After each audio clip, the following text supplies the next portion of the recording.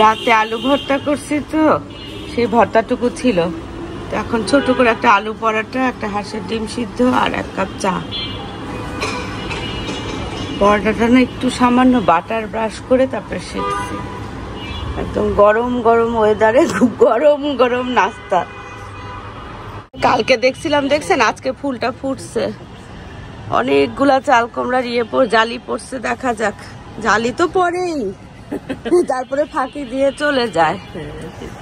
ওরে বাবা কি রোদ!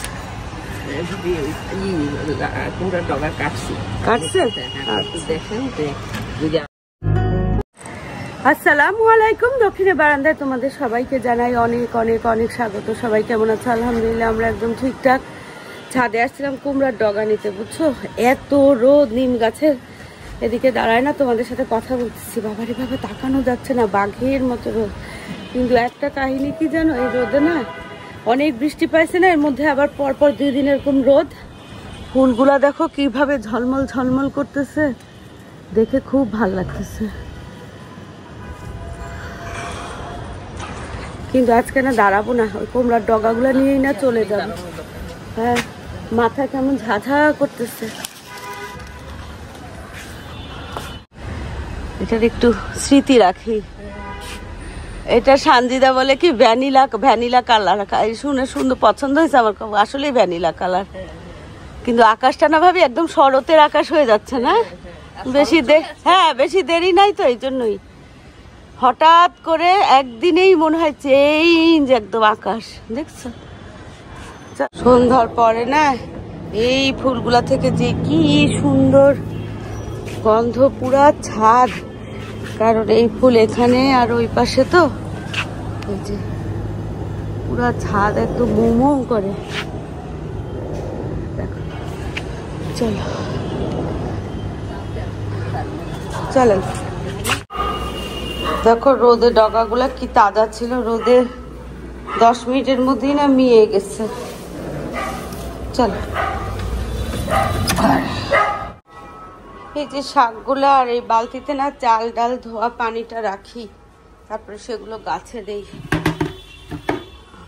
এই যে শাক, আর এখানে চাল ভিজায় রাখছি, এখানে ডাল। এই পাতিলে ডাল রান্না করব, মুরগিটা বের করছি। আর এখানে এই যে মিষ্টি কুমড়ার ডগা দিয়ে না এই চিংড়ি মাছটা করব, সাথে একটু আলু দিব। এই যে ছোট দুটো আলু।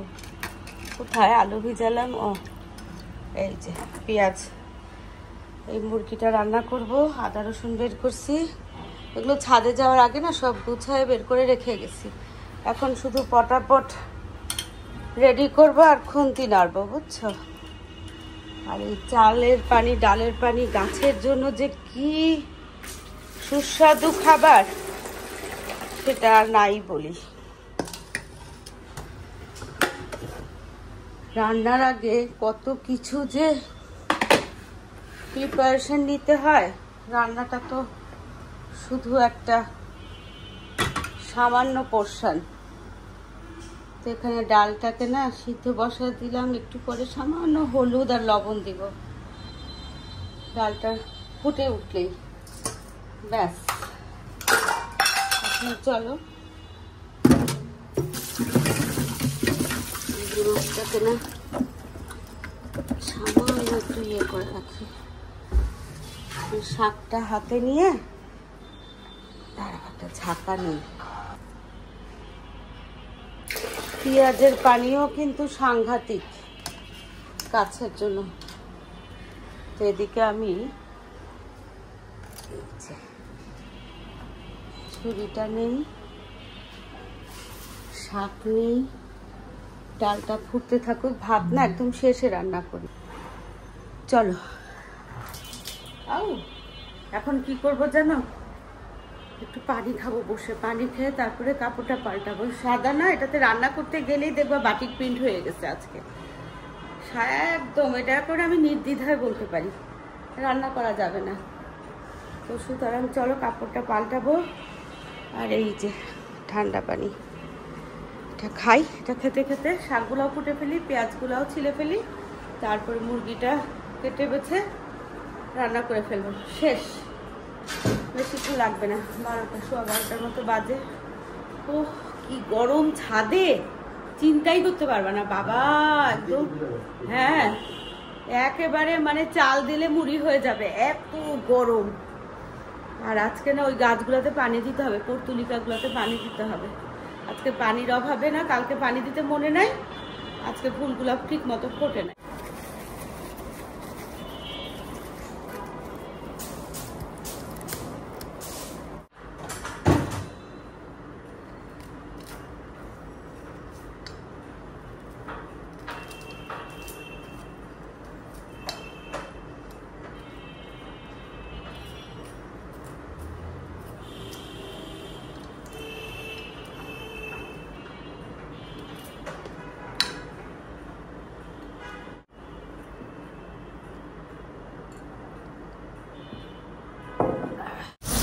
সব কাটাকুটি শেষ। আর এখানে ঝিরিঝিরি করে, ঝিরিঝিরি না, একটু এরকম করে আলু কেটে না চিংড়ি মাছগুলোতে সামান্য ভাজলাম, একটা খুব সুন্দর গন্ধ বের হয়ে গেছে।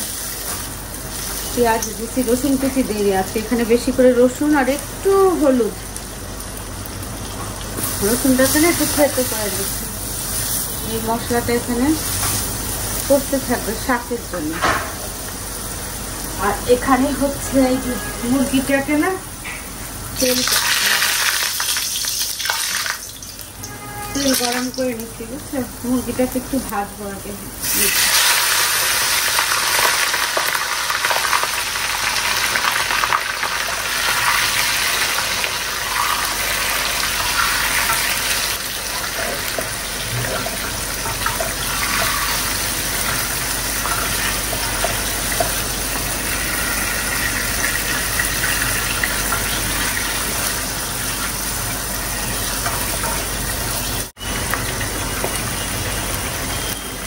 গরম মশলা আজকে দিয়ে দেওয়া উচিত ছিল, খেয়াল নেই, এখন দেবো গরম মশলা।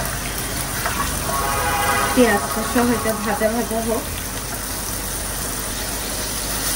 এখানে না মশলাটা কষানো হয়ে একটু সামান্য একটু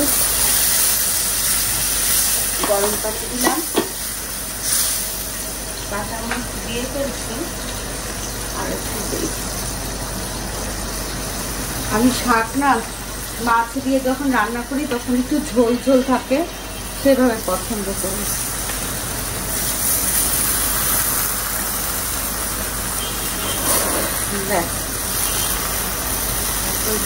ভালো করে নাড়াচাড়া করতে,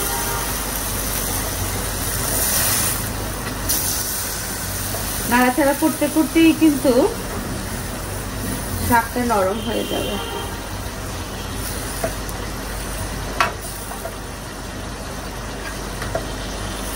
অনেকে ভাজা ভাজা খায়, এক একজন এক এক রকম খায়, কিন্তু আমি না এই যে লাউ শাক, তারপরে কুমড়ার শাক, এগুলো একটু ঝোল ঝোল খেতে পছন্দ করি। ওই ঝোলটা দিয়ে ভাত মাখলে না কি যে ভালো লাগে, বলার মতো না। এখানে একটু আঁচ বাড়ায় তারপরে রান্না করবো, বুঝছো? অল্প আছে না, চড়া আছে, খুব তাড়াতাড়ি রান্না করে শেষ করে ফেলবো। না গরম মশলা দিচ্ছি, এখন পেঁয়াজটাও লাল লাল হবে, মাংসটা একটু ভাজা ভাজা হবে।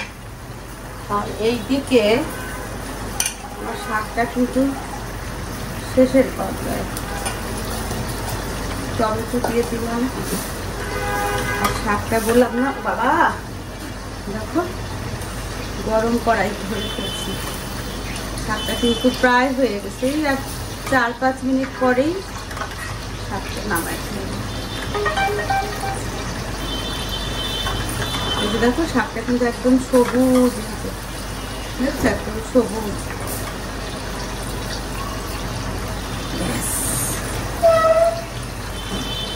আর একটু হোক, টমেটোটা সামান্য একটু নরম হবে, শাকটা নামাই ফেলবো।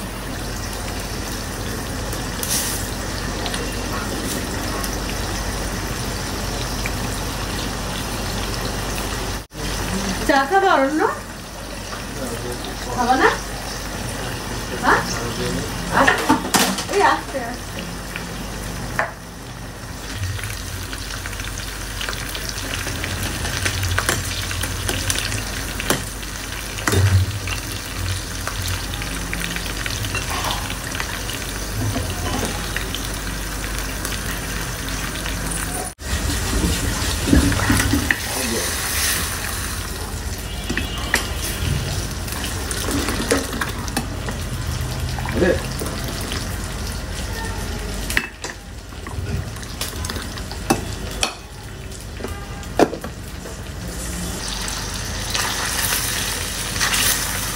মাংসটা না খুব সুন্দর করে ভাজা ভাজা হয়ে গেছে পেঁয়াজ আর গরম মশলার সাথে, বুঝছো?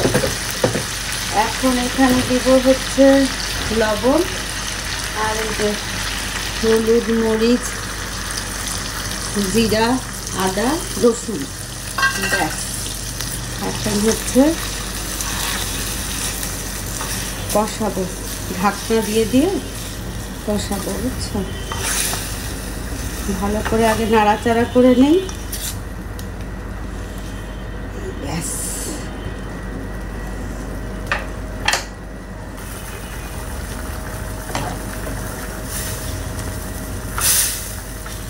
ফুটে গেছে, এখন এটাকে একটু ঢাকনা দিয়ে কষাবো।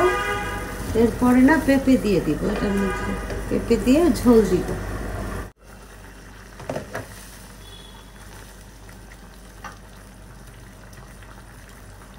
পেঁপেগুলো দিয়ে দিলাম, একটু বেশি করেই দিলাম, বড় বড় করে।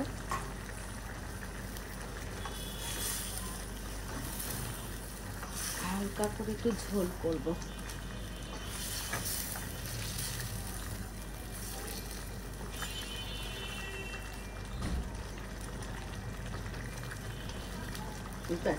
পেঁপে দিয়ে কষাবো, তারপরে কষানো হয়ে গেলে গরম পানি ঝোল দেব।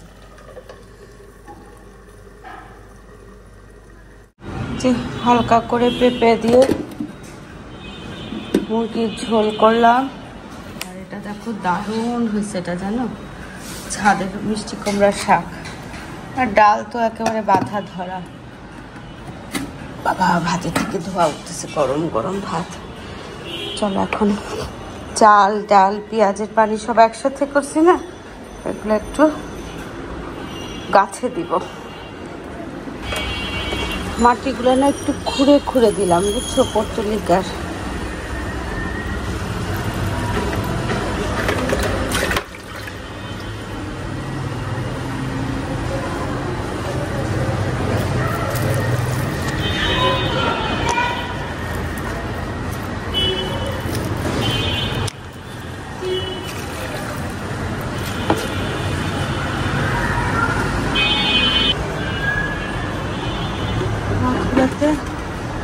পানি দিয়ে দিলাম। আকাশটা দেখো কিরকম, বরফে বাপ ছেলে দুজন দেখো দিগম্বর হয়ে খাওয়া দাওয়া করতেছে।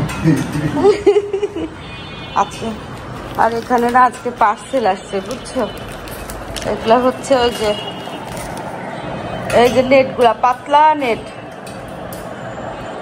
এখানে যে স্টিকারটা উঠায় না, নেটটা আমি বারান্দার ওই হোলের মধ্যে লাগাবো।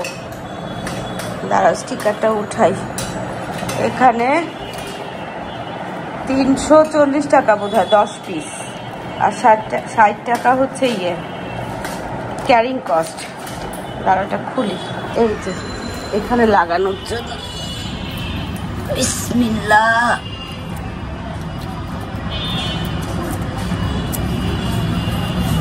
ভালো হয়েছে না? দেখো এই বালি টালি গুলা, মাটি টাটি গুলা আটকাবে একদম, ঝিরি ইয়ে তো। দেখো কিরকম মাটিগুলো আটকায়, কিরকম হয়ে আছে। ক্যামেরাতে বেশি মনে হচ্ছে, এমনি এত বোঝা যাচ্ছে না। এই যে সিমনের গাছগুলো ভালো আছে।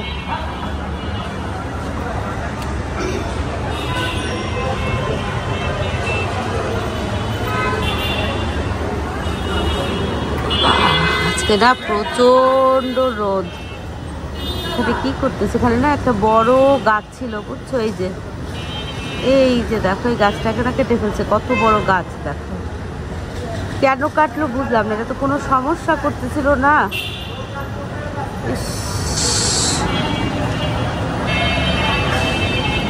চলো, কারণ খাচ্ছে, আমিও খাই। শাক ভাল লাগে না? টাটকা শাক ভাল লাগবে না? আবার রেস্ট দিতে হবে। এত কেন লাগে বুঝি না, বুঝছো? এনার্জি মনে হয় যে রান্না করলে আর এনার্জি শেষ, বাস আর নাই। ওখানে লাগাইছি, বুঝছো, জালিটা। ভাবলাম সিঙ্কে লাগাবো কিনা, বুঝতেছি না। থাক, আস্তে ধীরে লাগাবো। হ্যাঁ, আগে একটা দেখি কি অবস্থা। অরণ্য জিমে যায়, দেখো পানি টানি ভরতেছে। 5টা বাজে বোধ হয়, 5টার বেশি বাজে। তো আমি এগুলাকে না, ড্রাগনগুলোকে কাটবো ছাদে নিয়ে যাওয়ার জন্য।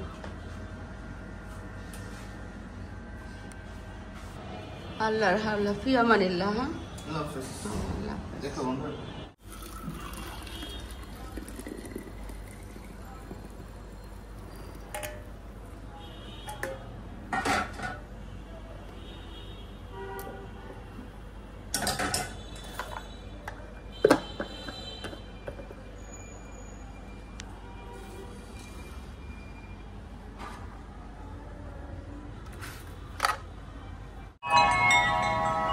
চলো 5:30 পৌনে 6টা বাজে, 6টা বাজতে 10 মিনিট বাকি, ছাদে যাই। কিন্তু কি রোদ, মনে হচ্ছে কি এখন 4টা বাজে নাই বুঝিবা। অরণ্য তো জিমে গেছে আর সিংহাম তোর বাবার বাসায়, বাসা একদম খালি খালি। এত দেখো ওই যে মানে শেষের বেলার সূর্য না, একেবারে গনগন করে মনে হয় আগুন জ্বলতেছে। 2-4 মিনিটের মধ্যেই কিন্তু এটা গায়েব হয়ে যাবে।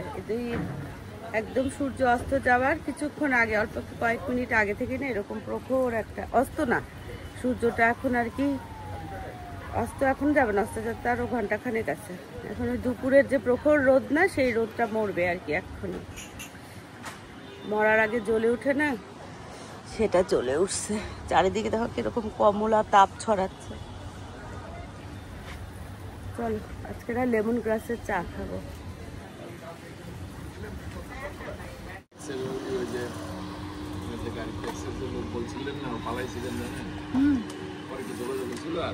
না, ও তো টাকা দিয়ে চলে গেছে ভাইয়া, যোগাযোগ করে। আমি আবার অন্য লাইন করছি। নিচের এই লাইটটা মনে হয় আজকে লাগাইছে,